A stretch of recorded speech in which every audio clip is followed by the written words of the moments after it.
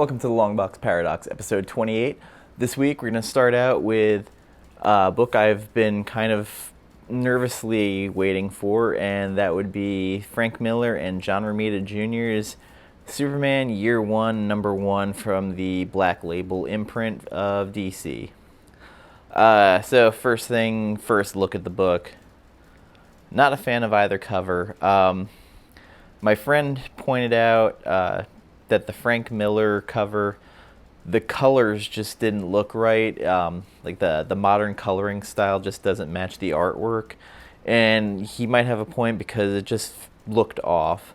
And then Romita Jr., I'm not a huge fan of his. I gotta say though, his best work recently was probably on the Last Crusade one-shot from Dark Knight 3. It was a spin-off. So Frank Miller has talked years that he wanted to do a Superman book. He finally gets his shot, and weirdly I woke up to people today saying that it's kind of controversial. Weirdly, the only controversial thing for me in it, of course, you kind of have to do things to put your twist on a Superman story, which his origin story is pretty cut and dry. So this one, the beginning parts in Krypton are from a baby Clark, who for a baby is pretty super intelligent, or toddler. It's through his eyes, through his dialogue in his brain, as his parents are putting him into the rocket and launching him. Now the controversial part would be when he gets to Earth and Jonathan Kent picks him up. He uses this like kind of psychic push to make Jonathan want to take him home, which was interesting. And he's pretty much super strong right at the beginning. If you think you're going to see the Superman costume in this book, you are very, very wrong. This is basically a Clark Kent high school and basically growing up book, this first issue. There's some old things lifted. I mean, there's stuff from like the John Byrne Man of Steel with the football game. Clark is a little bit, he hangs out with the outsiders pretty much at school, and they're bullied, and he kind of takes his own revenge against the bullies. There's a little bit of Lana Lang. And, you know, the dad's kind of pushing, saying, you know, help the world, you know, you can do this, don't look at everything on a small scale. And again, Frank puts his twist on things where you think it's going to turn right. He takes a little bit of a detour left. Another thing that instead of him seeing the world kind of how he did in the comics or in the movies, where, you know, he just left the farm and went journeying around, went to the North Pole. In this one, they show him showing up at the naval base to join the Navy and see the world that way. Again, a little twist. Romita's art, it's fairly clean compared to normal. Again, I'm not a huge fan of his art. It can be all over the place, and this was no exception. Some parts it looks super clean, some parts it just is a mess. But I mean, you kind of know that going in of what you're expecting from his artwork. Really, other than those two things I mentioned that people could get upset about, those are the only two things. I mean, other than that, like, it's just putting a modern twist on growing up. And, you know,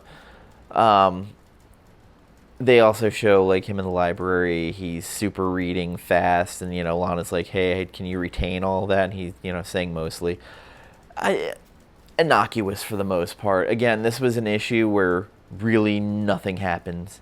Nothing.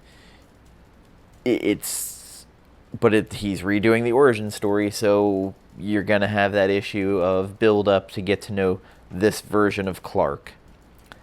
This version of Clark is kind of a pain right now. Like, he's still trying to find himself.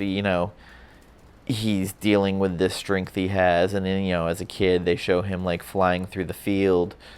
Some of the dialogue's a little clunky, where the kind of folky type dialogue Frank Miller chooses just comes off too corny, and kind of you don't think anybody would actually talk like that. So it is a little weird. I am a lifelong Frank Miller fan. Have I had problems with some of his work? Absolutely. I've never hit the hate button on him like a lot of people have. He's had some low points in his career. He's had some high points. The weird artistic choice he has for his art lately is interesting. I don't know if it's because of health reasons. He just can't get the fine lines like he used to. Again, it's odd. I always find myself supporting him. That's why I kind of... it's weird seeing, someone who was a legend as I was growing up, and kind of he could do no wrong, and all of a sudden becoming like this villain in the comic industry, at least to some fans. And I've compared when people say like I go a little too far on Tom King. I was like, well, like, yeah, I mean, I guess every creator gets it at some point. I mean, again, I'm a Frank Miller fan, so when people criticize him, I totally understand where people with Tom King come from. I think this book is worth buying, at least to see Frank's twist, because he's wanted to tell this story for years. Am I going to give this a high grade? Absolutely not. This to me is a 6 out of 10. There is a weird bit of promise there. You just have to fish through it to try and find, and it's some deep fishing you have to do. But again, I'm in for the ride. It's only 3 issues, I believe. So even at the higher rate of sale on, or higher price point, it's worth picking up. Really wish the covers were better, though. The ones for issue 2 are kind of atrocious also. Just nothing you walk by the shelf makes you go, oh, I need to buy that. Even there's no like C incentive variants for it. Very weird. So gonna move on from that and go on to a book that super disappointed me, and I thought had a lot of promise in issue 1, and that was Last Stop on the Red Line by Dark Horse. And I thought there was a pretty good premise in issue 1, and I saw some people complaining that it felt like there was some like 3 different stories going on. It was hard to hold on. This issue is way worse. It kind of jumped around, and the story it was telling after the first like 5 pages, it lost me. I just wasn't interested, and it's kind of disappointing because I was hoping for a little bit more out of it. I wanted it to kind of pick up where issue 1 and just carry it, and it really didn't, and I really am disappointed by that quite a bit. The things I kind of found endearing in issue 1 just weren't in this, and the characters are pretty damn unlikable. They didn't get fleshed out anymore to make me care about them, and that's a problem. That's a huge problem. And again, the story just wasn't moving at a pace that I like. I hate to do this, but I'm giving this a 3 out of 10. I just couldn't. I'll probably pick up issue 3 just to see if they can pick it back up, but I thought this was just a negative downturn for this one. I wish I could say anything better, but I can't find a lot of redeeming qualities. Even the art just couldn't even bring me in. And that's a shame. It's really a shame because I really thought this book had a lot of potential. It might still just, you can't put out this issue and then have this just running in place type plot going on where really you gain nothing, you learn nothing really. It just ends and begins almost the same, and that is just shameful. So we're gonna move on to Psi-Lords #1 from Valiant Comics. It was Fred Van Lent is the writer, and the artist was Renato Geddes. I think it's Geddes. So it has an interesting, almost like a video game thing where they show these characters and they're hearing a voice in their head, this character called Scion.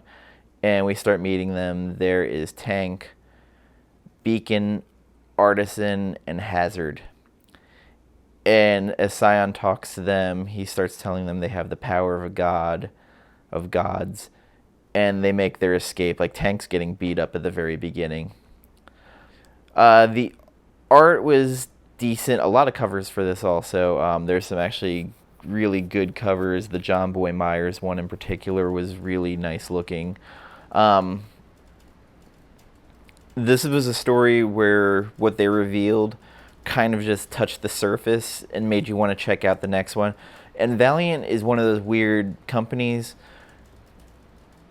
where they put out interesting books, but as the time goes on, they kind of start degrading a little bit. I guess that's with every book. You come out like wanting to just drop thunder and lightning right away, and then it just becomes like a steady trickle.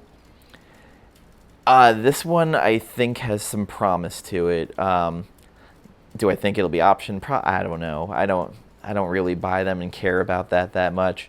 I thought it was an interesting read. It had enough of a hook to keep you wanting to at least check out the next issue. They start revealing a little bit of these Psi-Lords powers. The characters themselves were fairly interesting. They weren't just, cookie cutter archetypes. I'm going to give this a 6 out of 10. The art, while interesting, wasn't really enough to kind of make me say, wow. The writing, while decent, decent enough to keep me hooked, didn't have that wow factor like I've gotten from other books. But again, I thought for a first issue, it was more interesting than others. So that's actually a damn good thing. Truly, it nice to see that kind of book where at least it's just not like paint by numbers type plotting. A couple of other books came out this week.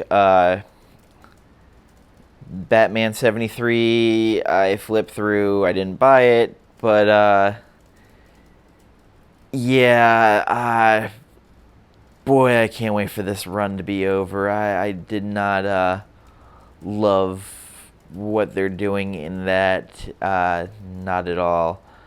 Not one bit. Yeah, I managed to only get through these 3 books today. I want to do something a little different and not do an Image, a DC, and a Marvel book. So I decided to kind of go a little off the rails on this one a little bit and do a little bit different stuff. There's a couple of my regular rotation books like Daredevil. I can't wait to read. It's been solid. The Captain America cover looked really good. I wish there was more for me to say at this point, but again, I was running a little late, got everything late. So I'd like to thank you for watching and joining me, and have a happy new comic day, and may your search and hunting be fruitful. Take care. Goodbye.